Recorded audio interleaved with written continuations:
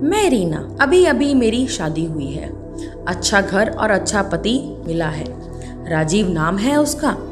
उनके पिता के यह 2 भाई हैं। छोटे भाई की अभी पढ़ाई चल रही है। इनकी अच्छी एक दुकान है जिसे यह पापा जी और मम्मी जी संभालते हैं। शादी को अभी मेरे 10 दिन ही हुए हैं और मैं अपने आप को बहुत खुशकिस्मत मानती हूँ क्योंकि मुझे बहुत प्यार करने वाला पति नसीब हुआ है। सास और ससुर तो पति से भी अच्छे हैं। अभी अभी शादी हुई तो ज़्यादातर घर पर ही रहते हैं। दुकान अभी पापा और मम्मी संभाल रहे हैं। शादी को अब 1 महीना हो गया था। इनका अभी भी दुकान पर जाना वैसा शुरू नहीं हुआ।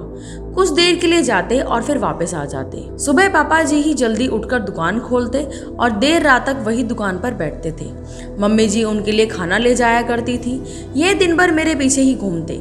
मैंने इन्हें बोला कि अच्छा नहीं लगता, अब आप रेगुलर दुकान पर जाना शुरू कीजिए, वरना पापा मम्मी कहेंगे कि मैंने आपको कंट्रोल कर रखा है। उन्होंने बोला ऐसा कुछ नहीं होगा, वो सब बातें तुम मत सोचो।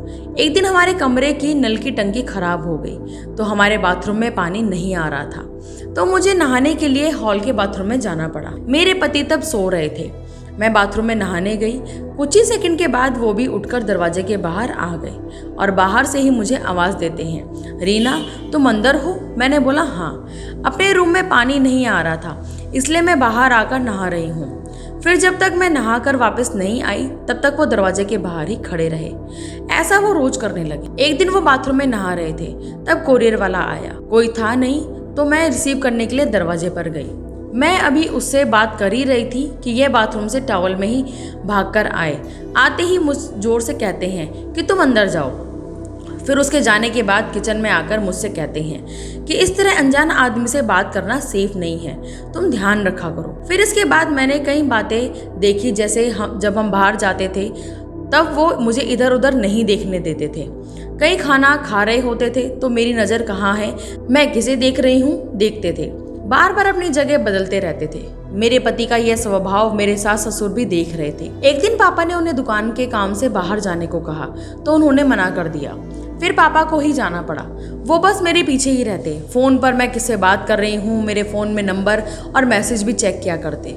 यह सब देखने के बाद मैंने सोच लिया कि अब उनसे बात करनी होगी। इसलिए फिर एक रात मैंने उनसे कहा कि आपको मैं कैसी लगती हूँ? वो बोले बहुत अच्छी।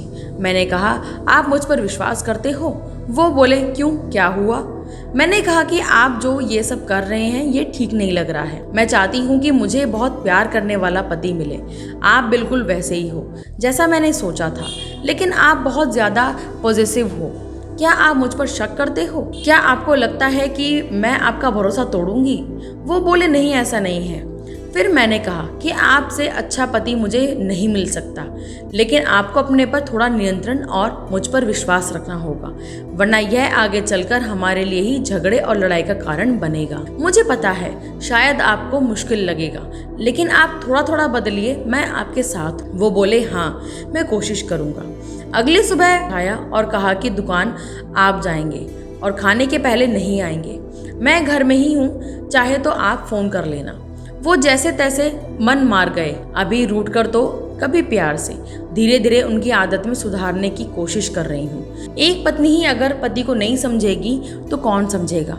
बहुत हद तक मैंने उनका स्वभाव बदल दिया है। बात को बढ़ाना नहीं, बात को किस तरह से सुलझाया जाए यह सोचना चाहिए। हम दोनों में एक बात तय हुई कि हम एक दूसरे के मन में क्या चल रहा है हमेशा एक दूसरे को बताते रहेंगे। बात नहीं करना, अपनी बात मन में ही रखना ही किसी समस्या को जन्म देता है। तो दोस्तों, आपको ये कहानी कैसी लगी हमें कमेंट करके ज़रूर बताएं। तो फिर मिलेंगे नई कहानी के साथ, तब तक के लिए राधे राधे।